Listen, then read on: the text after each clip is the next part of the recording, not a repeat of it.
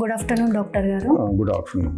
ఈరోజు మనం సాధారణంగా పేషెంట్స్లో వచ్చే సందేహాలను అడిగి మీతో క్లారిఫై చేసుకుందామని తప్పకుండా అడగమ్మా. సిఓపిడి, ఆస్తమా రెండు ఒకటేనా లేకపోతే తేడా ఏమన్నా ఉందా సార్? మంచి క్వశ్చన్ అమ్మా. అది సిఓపిడి, ఆస్తమా అనేది డెఫినెట్గా అది వేరు ఇది వేరు. అంటే ఒకే రకమైనటువంటి కొమ్మలకి రెండు బ్రాంచ్లు లాంటివి అనమాట. ఆస్తమా అంటే మన ఊపిరితిత్తుల్లో ఉండే శ్వాసకోశ నాళాలు సన్నపడతాయి టెంపరీగా. అంటే ఎప్పుడైతే మనకు పడని పదార్థాలు కానీ ఏమన్నా మనం ఎక్స్పోజ్ అవుతామో మన ఊపిరితిత్తుల్లో ఉన్నటువంటి శ్వాసకోశ నాళాలు సైజు తగ్గుతుంది, కుచించుకుపోతాయి. మళ్ళీ మనం మందులు వాడినప్పుడు మళ్ళీ మామూలు స్థాయికి వస్తాయి. అంటే ఇట్ ఇస్ టెంపరీ అబ్స్ట్రక్షనే, మనకు సమ్ ఎలర్జన్ మూలంగా టెంపరీగా జరిగే ప్రాసెస్, దాన్ని ఆస్తమా అంటాము.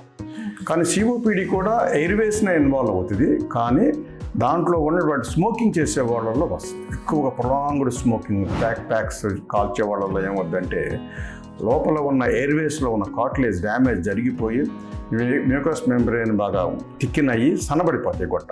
అక్కడ ఏంటంటే డ్యామేజ్ జరగడం మూలంగా ఊపిరితిత్తులు శ్వాసకోశనాలు సన్నబడతాయి. సో ఇదేంటంటే అది ఇర్రివర్సిబుల్ డ్యామేజ్.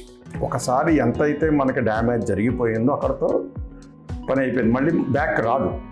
సో అది ఈ ఆస్తమాలో ఏంటంటే it is a temporary reversible obstruction. ఇది మనకి దీంట్లో ఏంటంటే పర్మనెంట్గా ఉంటుంది. కాబట్టి ఎవరైతే స్మోకింగ్ చేస్తారో, ఎయిర్ పొల్యూషన్కి ఎక్స్పోజ్ అవుతారో వాటికి దూరంగా ఉండటం అనేది మంచిది.